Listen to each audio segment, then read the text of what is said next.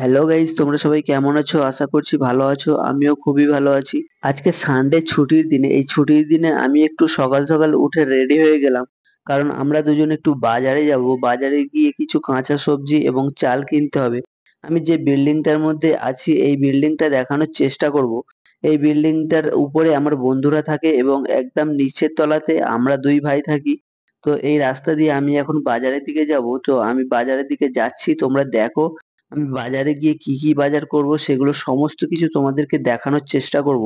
সকালবেলা বাজারে কি কি পাওয়া যায় সেগুলো তোমরা দেখতে পাবে। তো দেখতেই পাচ্ছ আমরা অলরেডি বাজারের মধ্যে পৌঁছে গিয়েছি। এখন তোমাদেরকে দেখানোর চেষ্টা করব আমরা বাজার থেকে কি কি কিনবো। আজকে রবিবার, তাই বাজারটা করে রাখতেই হবে, কারণ বাজারটা না করে রাখলে কোম্পানিতে কাজের মধ্যে থাকবো, কখন সময় পাবো কি পাবো না। এই কারণে বাজারটা করে রাখা অবশ্যই দরকার। তোমরা দেখতেই পাচ্ছ আমরা গ্রামের মধ্যে যেমন সবজি দেখতে পাই, আলু পেঁয়াজ আরো আদার্স যেগুলো দেখতে পাই সমস্ত কিছু এখানেও রয়েছে। তো এরা রান্নাটা করে ভিন্ন ধরনের, আমরা যেটা রান্না করি সেটা আমরা আলাদা রান্না করি, এরা আলাদা রান্না করে। তো দেখতেই পাচ্ছ আমি আলু নিলাম, এখন টমেটো নিচ্ছি, কাঁচা লঙ্কা নিলাম, পেঁয়াজও নিলাম। তো বাজারটা করা হয়ে গেলে আমার মুদিখানা বাজারটা কিছু করতে হবে। মুদিখানা বাজারে কিছুই করবো না, জাস্ট শুধুমাত্র চালটা নিতে হবে, চাল শেষ হয়ে গিয়েছে। তো আমি এখন যাব চাল কিনতে। তো দেখতেই পাচ্ছ আমার ভাই সামনে থেকে গুটি গুটি পায়ে হাঁটছে। ও একটু সামনে হেঁটে যাবে এবং আমি পেছন থেকে ভিডিওটা করে তোমাদেরকে দেখানোর চেষ্টা করব। তো একটা গাড়ি এসে গেছে, যার কারণে আমাদেরকে থমকে দাঁড়াতে হলো। এখন আমরা গাড়িটাকে পাস করিয়ে আবার সোজা চলে এসেছি সেই দোকানটার দিকে। তো দেখতেই পাচ্ছ এই দোকানটার মধ্যে আমরা বাজার করি, আর আমি প্রত্যেকবার ব্লগ করার সময় এই দোকানের ভেতরেই ঢুকে যাই।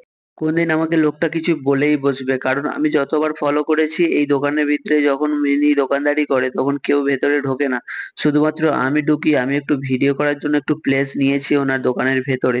এখন দেখতে পাচ্ছ একটা ভালো বিস্কিটের দোকানে এসেছি। এখানে ভিন্ন ধরনের বিস্কিট এবং টিফিন করার মতো কিছু খাবার পাওয়া যায়, তাই আমি এখান থেকে একটু বিস্কুট কিনতে এলাম। বিস্কুট কিনে নিয়ে আমি চলে যাব বাজার। আমার মোটামুটি করা হয়েই গেছে। দেখতে পাচ্ছ কত ছাগল যাচ্ছে, এই ছাগলগুলো আমরা গ্রামে দেখতে পাই। তো এখানেও চাষবাস করে অনেকেই।